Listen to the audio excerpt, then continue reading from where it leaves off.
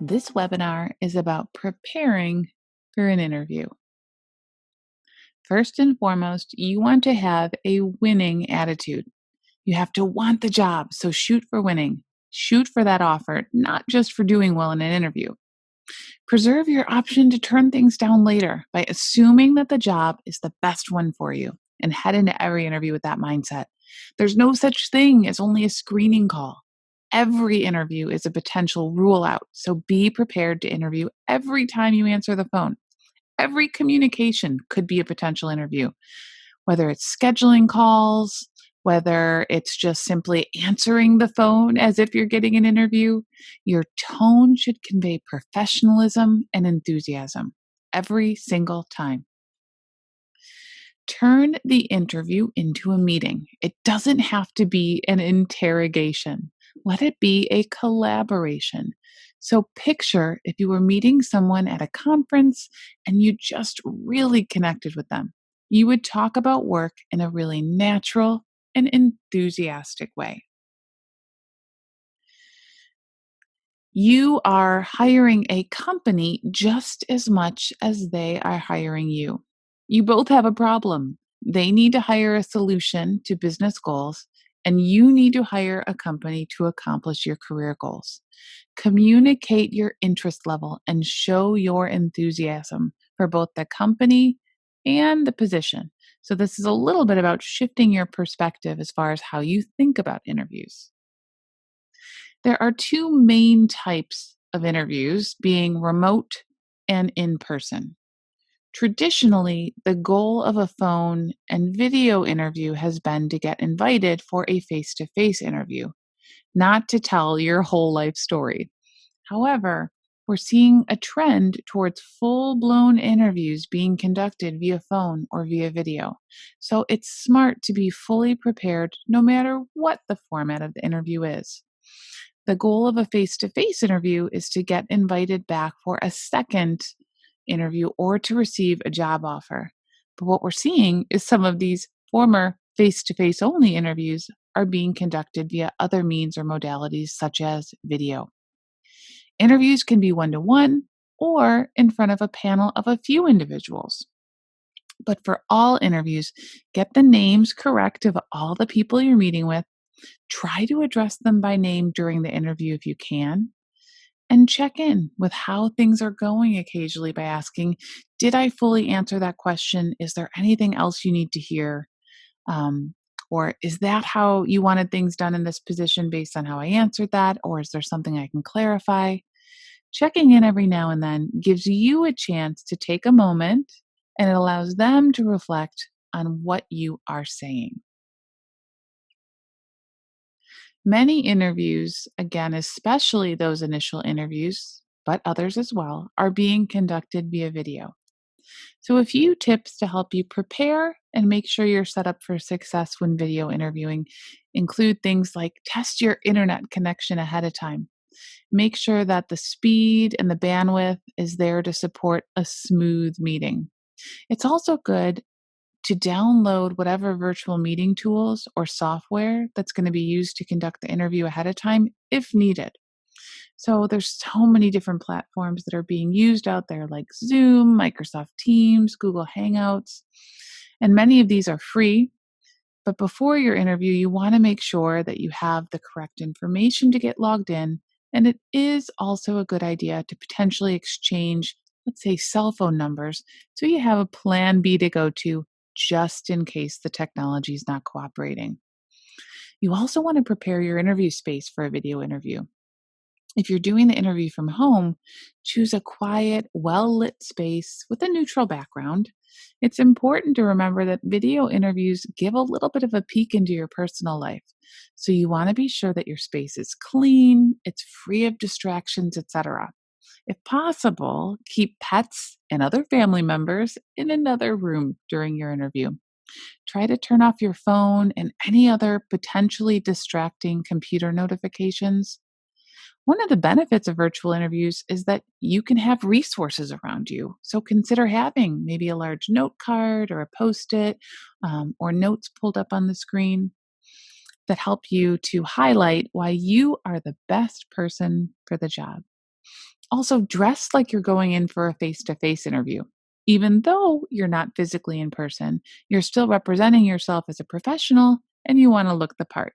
You might feel a little foolish dressing up just to stay home, but appearance matters, even in a video interview, just as much as if you were in person. Also, practice maintaining eye contact with the camera.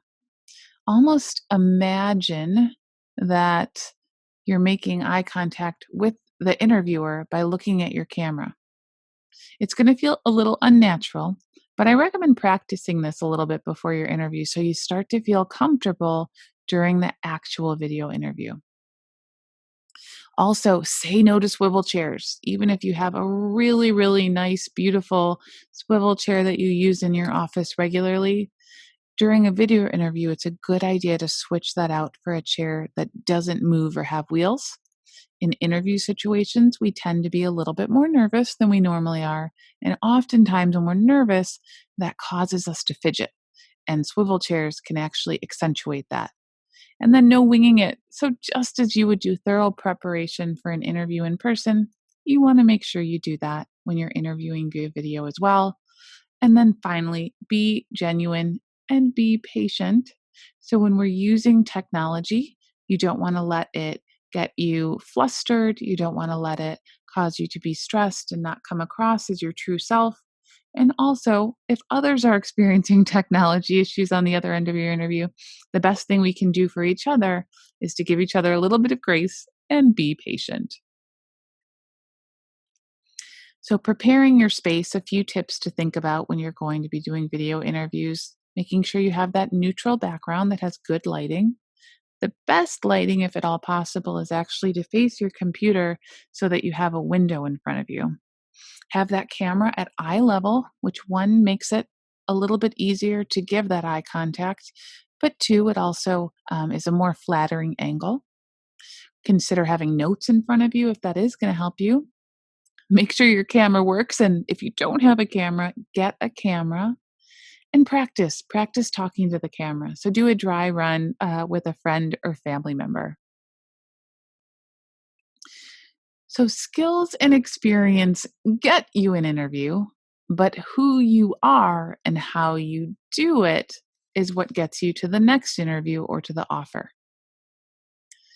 It isn't always about total qualifications. So this isn't an automated process. The person that gets hired is qualified enough. The person who's hired, it's really all about fit and capacity for their future contribution, how you add value uniquely. So be thinking about, how do you add value? Can you be pictured as a trusted member of a team? Let them know when you like something that you hear. Let them know how you're going to meet their needs, and let them know that you're enjoying the interview process and enjoying learning about the company. Don't forget to let your enthusiasm shine through. If there are two equally skilled candidates, oftentimes the person who seems more excited and engaged is going to get the job. So, why should I hire you? This question itself can be phrased 1,000 different ways. Why you versus all the other qualified people out there? What risk do they have hiring you? Also, what value do you bring that others do not bring? Know what they are really asking about your value. Speak about that value. Just as you are a unique professional, every job you apply to is unique as well. As part of your interview preparation, take stock of your strengths, your values, and skills. Identify how they align with the organization and what the organization's looking for, as well as the challenges that that organization is facing. Prepare those talking points, those examples, and those scenarios before you head into an interview. So let's talk about preparing for that interview. Each of these represents something that you should research. Also, you'll see a number of logos on here. These are great places or sources that you can use to find those things out. For example, Google, Vault, Glassdoor. YouTube, LinkedIn, Twitter, all examples of things and resources for information. And you want to be thinking about or researching things like the different products and services that the company has within their portfolio. Who is their target customer or target customers? What other jobs are open right now? What is the mission and the vision? What are the value statements of the organization? What are their goals? If they're a public company, look at their most recent annual report and search different news and announcements about the organization. These are types of things that can really help you to feel prepared and empowered and well researched heading into an interview. So, understanding the job and adopting the language. So, notice the difference in the language and the tone and the approach of the job posting that you applied to, or other job postings as well within the organization. What do you think these two companies are about here? So, if we look at the language we have as a market research analyst, you will use your curiosity and passion for market research to help continue the positive growth of three unique retail brands. Or, as a market research analyst, assist in multivariate and custom statistical analyses for multiple studies in order to deliver on unique ability to market research and have business impact. Those are two very different styles of writing, and that tells you something about the organization, about the job. One at the top, I would say, is a little more people driven versus the one at the bottom, that's a little bit more data driven. So as you look at that, you think about that and you analyze that, that gives you a lens to head into the interview with. So really, for either job, there will be alignment in terms of work, but the vocabulary used might be really different. Consider integrating some of those terms. Now, there are a few main types of interview questions. First, behavioral questions. This type of question includes things like, can you give me a specific example of how you did that? And what were the steps you followed to deliver that result? The purpose of behavior questions is to objectively measure past behaviors as potential predictors of future results. This is where you can do a lot of preparation before an interview. One acronym that I recommend for that preparation is CAR. CAR is where you give the context of a situation, the action that you took, and the results that it achieved. And what you can do is you can come up with a number of these CAR stories ahead of an interview. Think about things like a time you dealt with a difficult coworker or customer, a time you solved a really challenging problem, or a time you had to think out of the box. There's so many different versions of situations you can use. But if you have those talking points down and you have these stories in your back pocket, you can then tailor them to a number of different behavioral interview questions that you're asked.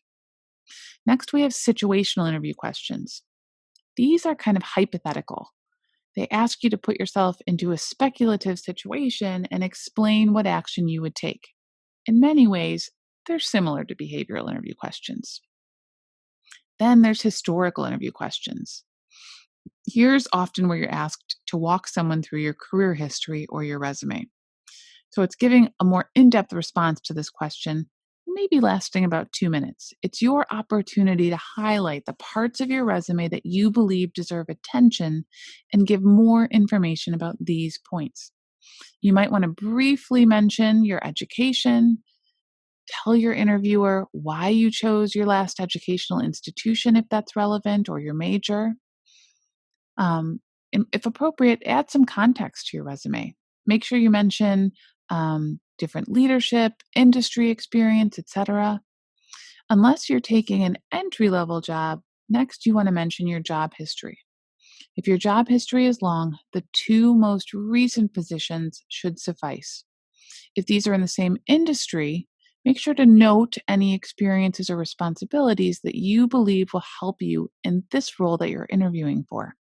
And if you're transitioning from a different industry, you might want to mention why your experience there led you to decide a career change is what you're looking for.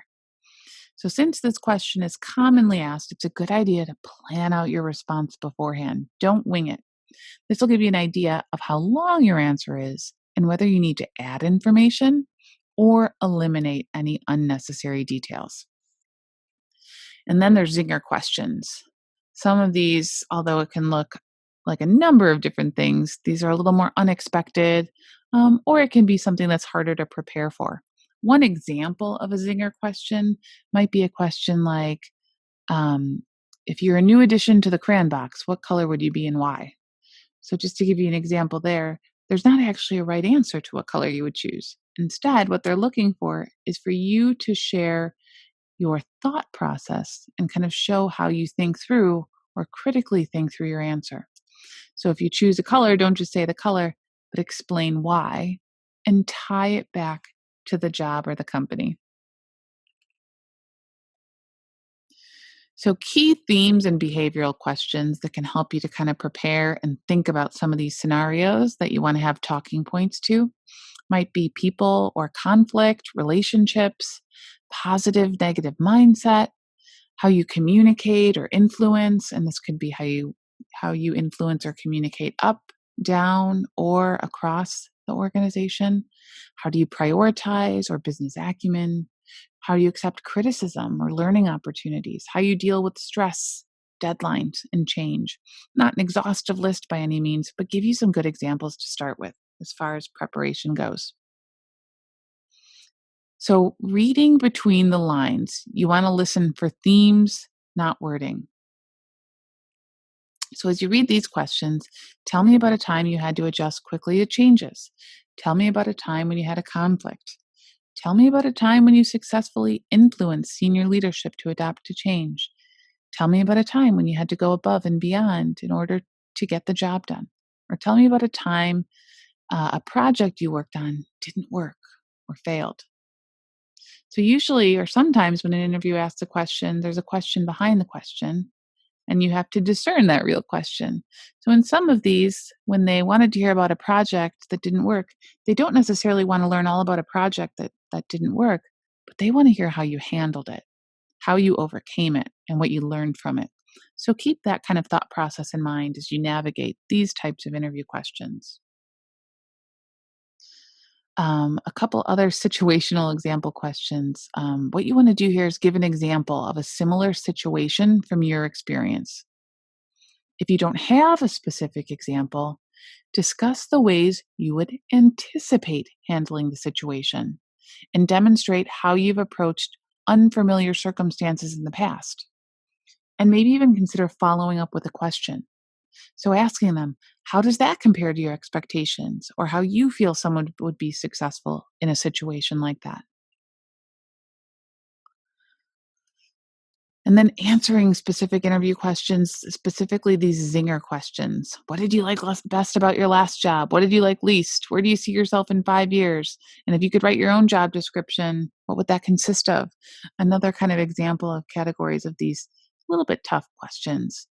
They want to know how your opinions and goals align with the opportunities, the metrics, and the expectations of the job. So, for that reason, you want to make sure you do your research. For example, if they ask where you see yourself in 5 years and you say you see yourself as the CEO, but the CEO is actually the person who started the company 20 years ago and is nowhere near retiring, that answer is not going to get you any brownie points. So, although that might seem a little bit silly, just giving you an example of why it's so important to do that research before you head into this interview situation. So, here are a couple of frequently asked interview questions. One, do you feel you might be overqualified? So, this is a concern that I hear often. So, how do you want to talk about this? You want to talk about your passion for the work. So, I've held higher level strategic positions, but they weren't as satisfying to me as this role. And although I've always been successful in every role, what I really have a passion for is being where the action is, or going into specific information about what the role you're interviewing for encompasses. You may also need to address or reinforce appropriate salary expectations for this concern. So something like, I realize my last salary at the VP level is not within the range for a director position. I'm deliberately targeting a director level position, and I'm just expecting fair market value for the scope of this role. And another common question that comes up is, do you have a degree? If this question is asked and you don't yet have your degree or don't have the degree specifically that they're looking for, there's a few strategies that you can consider.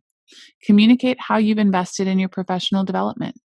Talk about the specialty training programs and certifications you've completed.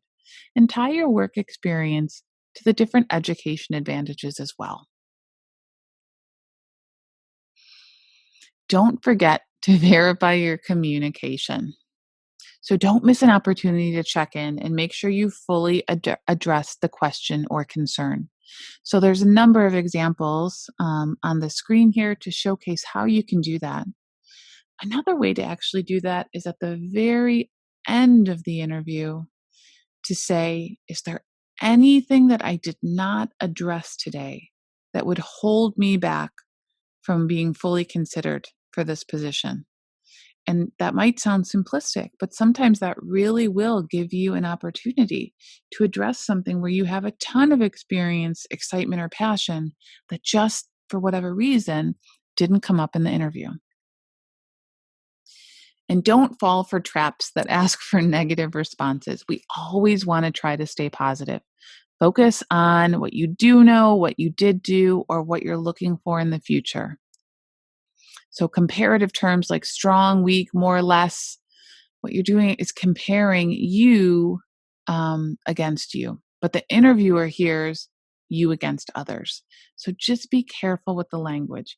Don't say, I'm not strong in that technology. Instead, say, I've used that technology to do X, Y, and Z. This way, you're giving facts, but you're not putting out that comparative or that comparison that could be perceived as being negative. All right. And succeeding in the interview, questions you should ask. So, as you've probably experienced in a lot of interviews, at the very end or at some point in the interview process, you're going to be asked if you have any questions. And it is a very good idea to always come to the table with something. So, you could ask, how do I compare to the ideal candidate? Or do you see any barriers to my success in this role? Do you have any concerns that would stand in the way of hiring me? What are the goals of the department? What does success look like in the first 30 days of this role? What are the most critical priorities? Again, by no means an exhaustive list, but it shows that you are engaged. It shows that you can see yourself in the position, and it shows that you're prepared by coming to the interview with a few questions that you can ask them. And then finally, after an interview, you do want to make sure that you follow up and show appreciation. One of the best ways to do this is with a thank you letter. Now, I get the question all the time is it appropriate to send a thank you email? And my answer is absolutely it's appropriate. Decisions oftentimes are being made pretty quickly. So you don't want your thank you letter to get lost in the mail or take too long to get there. So I actually recommend, yes, make sure you capture the email addresses of anyone that you interview with and follow up quickly after the interview with an email of appreciation. It's a great opportunity, as shown in the example here, to solidify or express a few of the reasons you feel you're a good fit for the role based on specific things you learned about the role, the company, and the team that you had a chance to interview with. So, next steps, prepare for that interview. Review some of those common behavioral interview questions and prepare some of those stories and talking points that you can use to be successful.